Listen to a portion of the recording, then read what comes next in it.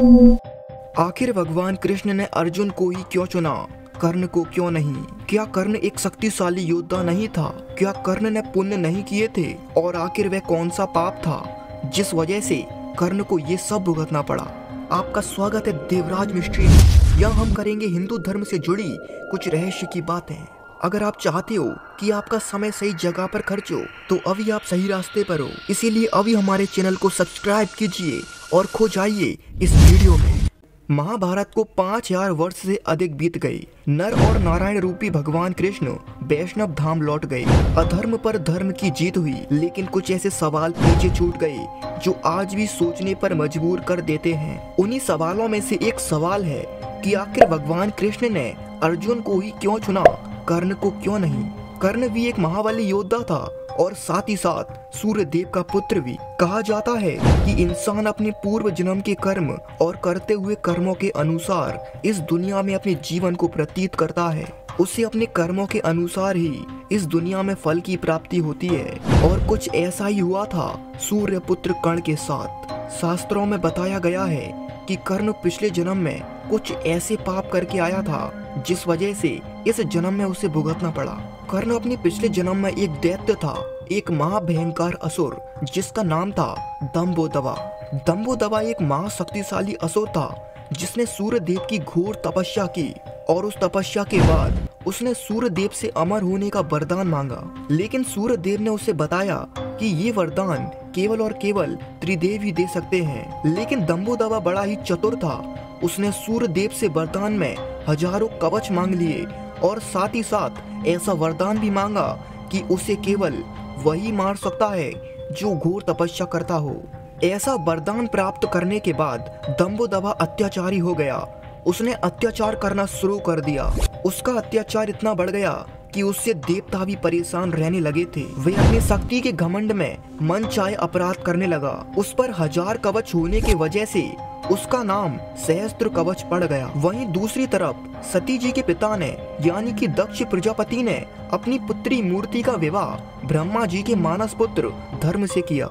मूर्ति ने सहस्त्र कवच के बारे में सुना था, इसीलिए उसने विष्णु भगवान से ये वरदान मांगा कि जल्दी दंभोदवा जैसे राक्षस का वध होना चाहिए। और इस तरह विष्णु भगवान ने मूर्ति को आशीर्वाद देते हुए कहा ऐसा ही होगा। कुछ समय बीतने के बाद मूर्ति के 2 पुत्र हुए जिनका नाम नर और नारायण रखा गया। इन दोनों पुत्रों का शरीर अलग अलग था लेकिन आत्मा एक ही थी और इन दोनों के जीवन का लक्ष्य केवल एक ही था और वह था दंभोदवा का वध करना। इसीलिए नर तपस्या करने निकल गए और नारायण दंभोदवा से युद्ध करने लगे। इस तरह दोनों ने दंभोदवा के 999 कवच को भेद दिया। लेकिन जब दंभोदवा का केवल एक ही कवच बचा तब दंभोदवा अपने प्राण की रक्षा के लिए सूर्य देव के पास चला गया और उसने अपनी जान की भीख मांगते हुए सूर्य देव से कहा कि आप अपने भक्त को बचा लीजिए।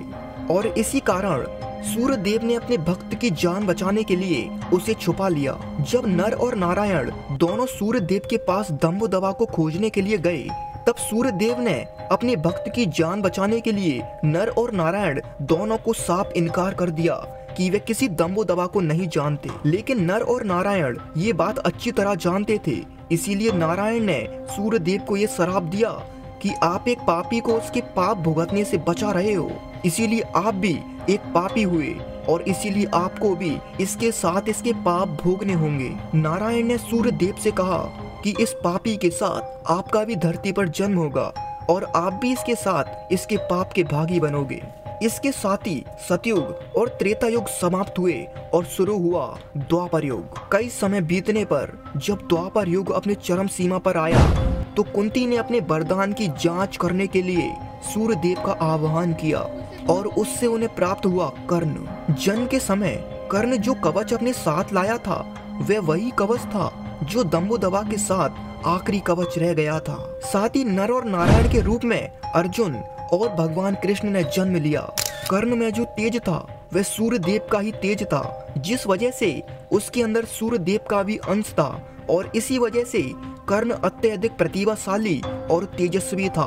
कर्ण ने अपने जीवन में जो दुख, कष्ट और अपमान सहा, उसकी वजह थी उसके अंदर का दम्भो दबा राक्षस। कर्ण के अंदर का दम्भो दबा राक्षस ही था जिसने द्रौपदी के चीरहरण के समय कुछ नहीं बोला, जिसने पांडवों के साथ अन्याय होता देखा और दुर्योधन का साथ दिया, जिसने 16 साल के योद्धा अभिमन्यु को कई सारे लोगों के बीच घेर कर उसे अत्यधिक पीड़ा दी, और कई सारे ऐसे अधर्म जिन्हें दम्भो दबा कर्ण के भीतर रहकर उससे करवाता रहा। जो कवच कर्ण के शरीर पर था, उस कवच को इंद्रदेव ने चालाकी से मांग लिया। ये वही कवच था जो दम्भो दबा के शरीर पर सहस्त्र कवचों में से केवल एक कवच बचा था।